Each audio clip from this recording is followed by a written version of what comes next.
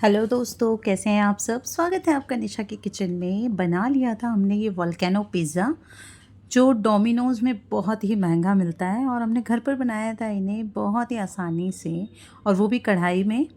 साथ में मैंने यहाँ पे जो बेस है वो भी घर पर ही बनाया था, क्योंकि इसका कोई बेस जो बाहर नहीं मिलता है। वोल्केनो पिज़्ज़ा का जो बेस है वो बाहर नहीं मिलता है अभी, तो पूरे इंटरनेट पे आपको ये रेसिपी नहीं मिलने वाली है। तो शुरू करते हैं। सबसे पहले मैंने यहाँ पर 1 कप मैदा ले लिया था, और साथ ही साथ मैं यहाँ पर इसको थोड़ा सा हेल्दी रख रही थी, तो मैंने यहाँ पर 1 कप आटा भी ऐड किया था, गेहूं का आटा। बीच में मैंने थोड़ी सी कैविटी बना दी थी, ताकि इसमें मैं यहाँ पर सॉल्ट और हाफ़ टी स्पून ही चीनी, और साथ में मैं यहाँ पर जो इंस्टेंट ईस्ट होती है वो ऐड कर रही थी। अगर आपके पास ईस्ट ना हो तो हम यहाँ पे दही का भी यूज़ कर सकते हैं, बस उसमें आपको थोड़ी देर पहले इसको नीट करके रखना पड़ेगा। अब यहाँ पर मैं इंस्टेंटली बना रही थी, इसलिए मैंने यहाँ पर ईस्ट का यूज़ किया। आप चाहें तो इसका जब डो लगाएं तो यहाँ पर मिल्क का भी यूज़ कर सकते हैं, वार्म मिल्क का।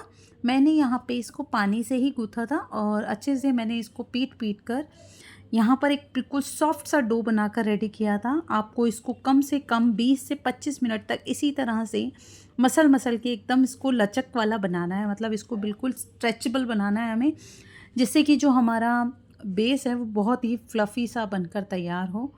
तो इस बेस से मैंने यहाँ पर 2 पिज़्ज़ा बनाकर तैयार किए थे। आप देख सकते हैं बिल्कुल सॉफ्ट हो चुका है ये अब। एंड में आप यहाँ पर चाहे तो आप घी यूज़ कर सकते हैं, इसको थोड़ा-सा ग्रीस कर सकते हैं घी से, तेल से या फिर बटर से। मैंने यहाँ पर ऑयल से इसको थोड़ा-सा ग्रीस करके और अच्छे से थोड़ी देर के लिए इसको रेस्ट पे रख दिया था, 20 मिनट के लिए। अब मैं यहाँ पर बना रही थी हमारा वोल्केनो। तो यहाँ पर जो क्रीम चीज़ है वो भी मैं घर पर ही बना रही थी, तो मैंने डाल लिया था कप मिल्क। अब इसको हमें बॉयल आने तक अच्छे से पकाना है। वैसे तो ये उबला हुआ दूध ही था, लेकिन मैंने इसको एक बॉयल आने तक, अच्छे से उबालने तक, और जल्दी ही उबाल आ गया था तो मैंने यहाँ पर इसमें चीज़ ऐड कर दी थी ग्रेट करके। उससे क्या है ना, इसमें थिकनेस आ जाएगी। जैसे ही हमारी ये जो चीज़ है मेल्ट होती है, तुरंत ही हम इसके अंदर ऐड कर देंगे टमाटो सॉस। आप चाहें तो यहाँ पर पिज़्ज़ा सॉस भी ऐड कर सकते हैं, तंदूरी मेयो भी ऐड कर सकते हैं, जो भी आप चाहें ऐड कर सकते हैं। बेसिकली जो हम लोग बाहर डोमिनोज़ वाला जो होता है उसके अंदर टोमेटो सॉस होता है, और साथ में मैंने यहाँ पे कलर के लिए थोड़ा सा कश्मीरी लाल मिर्च ऐड किया था। वो लोग तो कलर भी ऐड करते हैं, फूड कलर इसमें, बट मैंने कोई फूड कलर ऐड नहीं किया था। मैंने कश्मीरी लाल मिर्च का थोड़ा सा ऐड कर दिया था, जिससे कि बहुत ही बढ़िया सा एक ऑथेंटिक सा कलर भी आ गया था, और इतनी अच्छी लग रही थी ये चीज़ हमारे घर पर बनी हुई। और बहुत ही जल्दी हमारा ये वोल्केनो चीज़ बनकर रेडी हो गया था। बस इसको 2 से 3 मिनट के लिए हमें पकाना है, और हमारी चीज़ हो गई थी रेडी। आप देख सकते हैं कितना बढ़िया कलर है। अब यहाँ पर मैं इसमें बनाने वाली थी, तो आज हमारा मोल्ड ये था, तो इसको आप देख सकते हैं। अभी तो ये डिटैचेबल है, कटोरी आराम से गिर जाएगी, इस वजह से मैंने इसको अच्छे से कर लिया था ग्रीस। प्लेट को पहले हमने कर लेना है बटर से ग्रीस। तो यहाँ मैंने ले लिया था बटर का एक पीस, और उसको अच्छे से कर लिया था, प्लेट में लगा लिया था अच्छे से ग्रीस करके।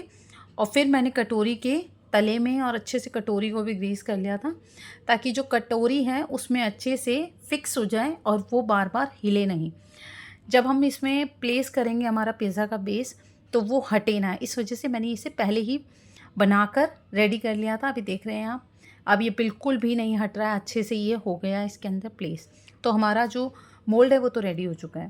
चलिए चलते हैं। हमारा बेस भी अब यहाँ रेडी हो चुका था, तो मैंने इसमें डाल लिया था थोड़ा सा बटर, और एक बार इसको अच्छे से हाथों की मदद से मसल लिया था एक बार, और हम इसको थोड़ा सा करेंगे भाई तैयार, ताकि हमारा जो पिज़्ज़ा है वो बहुत ही बढ़िया और बिल्कुल मार्केट स्टाइल बनकर तैयार हो। मैं इसको सिंपल, हमें इसी स्टाइल में करना है। पहले इसको सीधा खींचना है, और फिर वापस स्ट्रेच करके फोल्ड करना है ऊपर की तरफ से।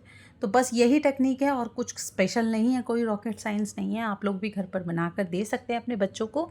बाहर से मंगाएंगे तो ये बहुत ही महंगा आता है, और घर पर बहुत ही बढ़िया बनकर तैयार होता है। और जितना मन करे उतना बनाइए, घर पर खाइए। तो यहाँ पर मेरी इस बेस से 2 पिज़्ज़ा बनकर रेडी हुए थे।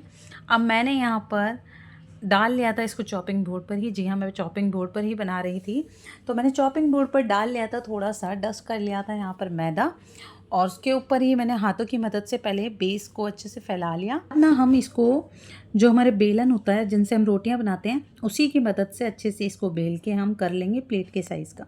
जितनी बड़ी हमने प्लेट ली थी उतना ही इसका साइज़ रखना है हमें, उससे ज़्यादा बड़ा नहीं करना है। उस पर आराम से आ जाए। और एक सबसे इम्पॉर्टेंट चीज़ जो होती है हम अक्सर भूल जाते हैं वो होती है प्रिकिंग।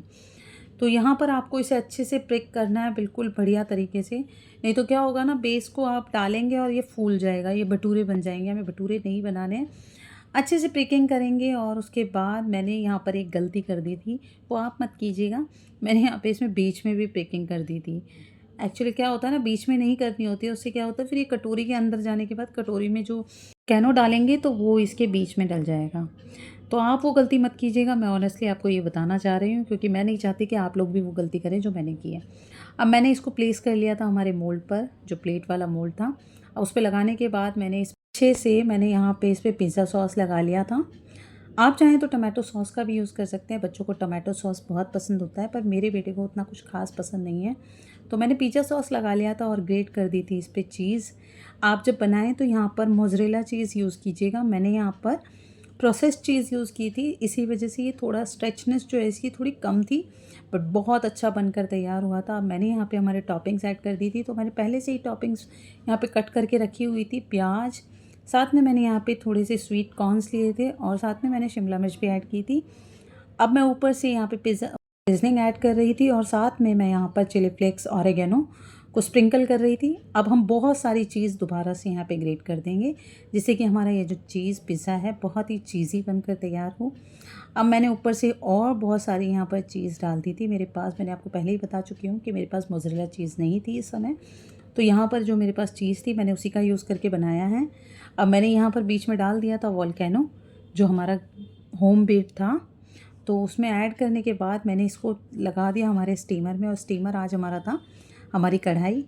तो बहुत ही बढ़िया ये हमारा वोल्केनो पिज़्ज़ा बनकर तैयार हुआ। इसे मैंने यहाँ पर लगभग 25 से 30 मिनट के लिए बेक किया था। आप बीच बीच में 20 मिनट के बाद इसको चेक करते रहिए। बेस जलना नहीं चाहिए, बिल्कुल लो फ्लेम पर हमें इसे बनाना है। बहुत ही बढ़िया हमारा ये जो पिज़्ज़ा है बनकर तैयार होगा, बिना किसी ओवन के, बिना किसी महंगे अप्लायंस के, और बिना अनहेल्दी बाहर के किसी बेस से।